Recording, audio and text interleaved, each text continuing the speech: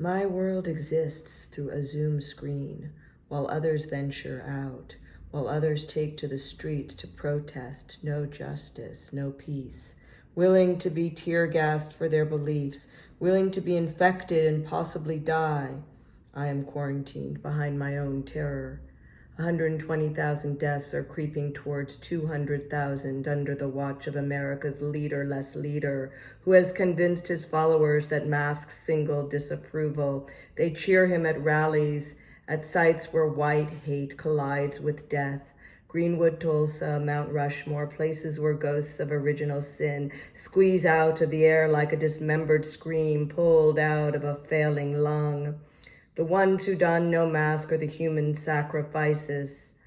The leader has no understanding but for a glimmer. He was reminded of his hometown, rattled by the image of body bags all over the halls of Elmhurst Hospital, freezer trucks holding the bodies, so many dead bodies from his community packed into refrigerator trucks.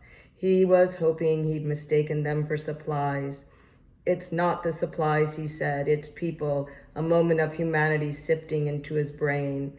Temporal, this epiphany he saw in the dead, in his friend the virus put into a coma. He saw its horror, but it has not brought him to his knees. He has not fallen ill or watched his family suffer the way the blacks in Tulsa who lost their lives to lynching did, the way the soldiers die in war, the way a migrant man goes to pick fruit too fearful to call in sick and dies on the job because the virus got him, or the way the virus takes the immigrant woman in the meatpacking plant away from her children.